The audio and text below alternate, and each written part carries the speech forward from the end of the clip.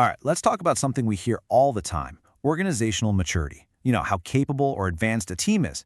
But what if the way we've been trying to measure maturity is the very thing that's holding us back? Today, we're going to look at a totally different way to think about improving, one that's all about action, not just assessment. And this quote right here, it just nails the problem, doesn't it? I mean, think about it. Nobody gets fired up and motivated by being told they're not good enough. This really gets to the heart of why so many traditional approaches fail. They feel like a judgment, not a starting point. So, this really lays out the two choices we have. On one side, you've got the traditional model. It gets so focused on labels and endless questionnaires that it can just stop all your momentum dead in its tracks. But on the other side, there's a different way, a way that's about doing, about building from the ground up, and about getting results you can actually see. And that's the path we're going to explore.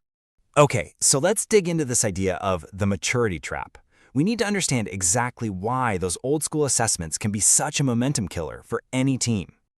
You've probably seen this before. The classic consultant playbook starts with a huge questionnaire. And what's the goal? Well, it's to slap a label on you, like level 1 or just flat out not mature. As you can imagine, that's just demoralizing. Instead of getting a team excited to improve, it feels like they failed a test they didn't even know they were taking. And just like that, all that energy you had, it's gone. So, if that's the trap, how do we get out of it? Well, the solution is actually pretty simple. It all comes down to asking a much better question, one that shifts the entire focus away from judgment and puts it squarely on capability. This is the old question, right? How mature are you? It's so vague, it's kind of intimidating, and it immediately puts people on the defensive. It makes them look backward at everything they haven't done instead of forward to what they could do.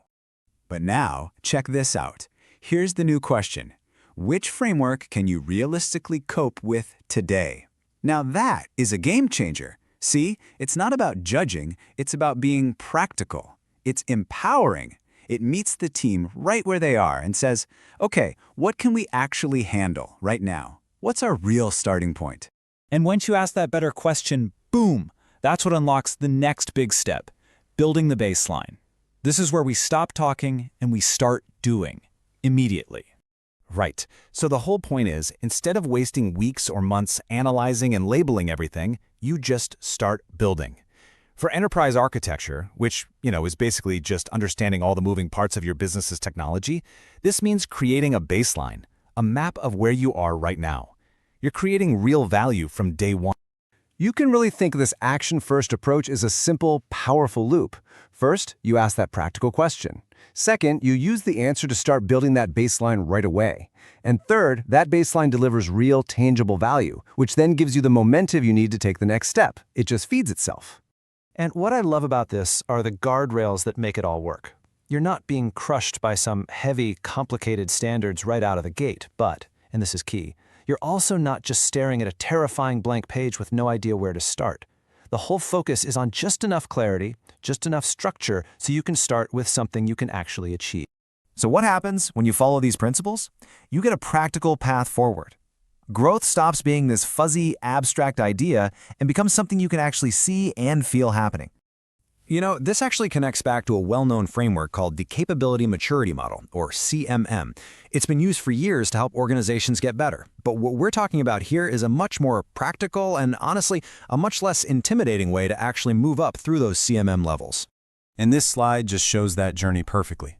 Instead of this giant, impossible leap from level 1, the chaotic initial stage, all the way to level 2, the managed stage, this approach creates a new step in the middle. Let's call it level 1.5. That's that crucial phase where you're actually building the baseline. It makes the jump to level 2 feel totally concrete and achievable. Which brings us right to the core philosophy here, the big idea behind all of this. It's about how you actually get mature in the first place.